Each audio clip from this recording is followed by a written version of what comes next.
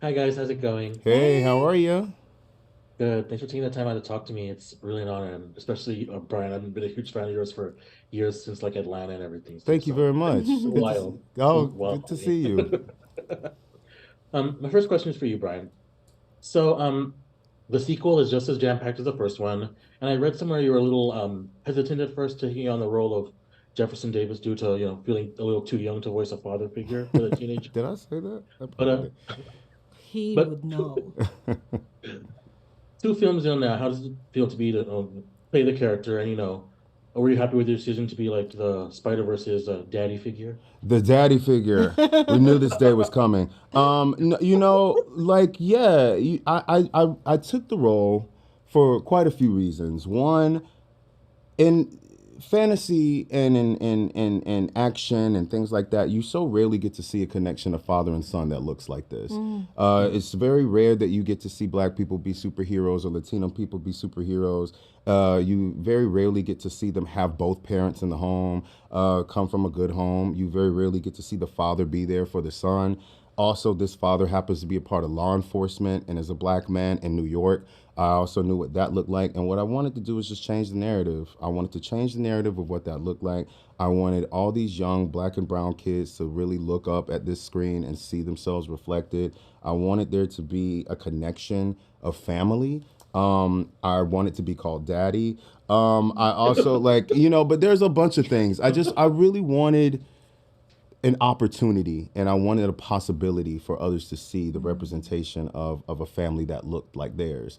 And so when they approached me about this, yes, there was a bit of a hesitation because I had my own feelings about how I felt about law enforcement, how I felt about, absent fathers and things like that. But it really gave me a place to connect and gave me a place to ground myself and a place to let go. And I think that the best thing that I could bring to this character is love, and understanding. I'm not a father. I do not know what it's like to raise a young black man in this world, but I was a young black man once, and I think that this is what I could have benefited from if I had, depictions of fathers and sons like this. So Mm. that's why I took the part. Love that. So touching. And you don't have to be a father to be a daddy. Thank So, you. I say it all the time. Thank you. You know what you and said also really makes it is really wonderful. This word opportunity, you know, having the opportunity to portray this family, Yeah. in turn creates other opportunities for just the people who are watching because Mm-hmm. the inspiration, the understanding, the feeling seen, heard, Yeah. all of this in turn, I believe, creates opportunities for these people to be inspired enough to then go ahead and create them for themselves, Yeah. whether in real life or whether in a creative arena. I think it's so important. Yeah. I agree. I agree.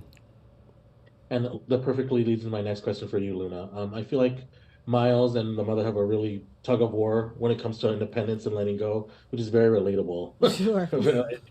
So, how did you prepare for that specific storyline in the film, and what did you like most about getting that dynamic? You know, I really used my mom a lot as an inspiration for Rio because she raised 8 kids, Wow. and you know, in the Latino family I grew up in, there's really no independence.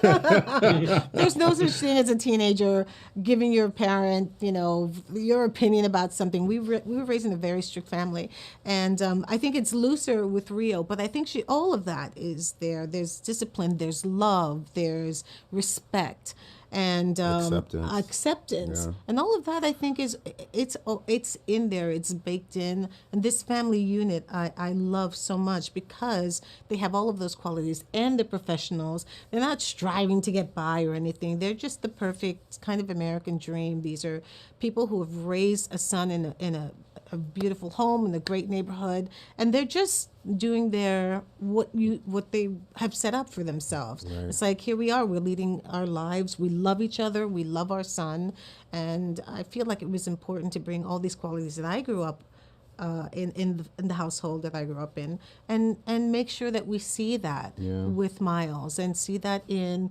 our parenting style, which is great. We often are able to lean on each other, you know, and I think all of that just makes me feel really good about this family Yeah. and about how they are represented.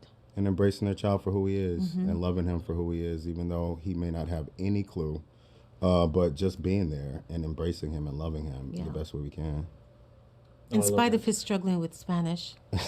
He's like, get out. We love and accepting mommy and daddy. Yes.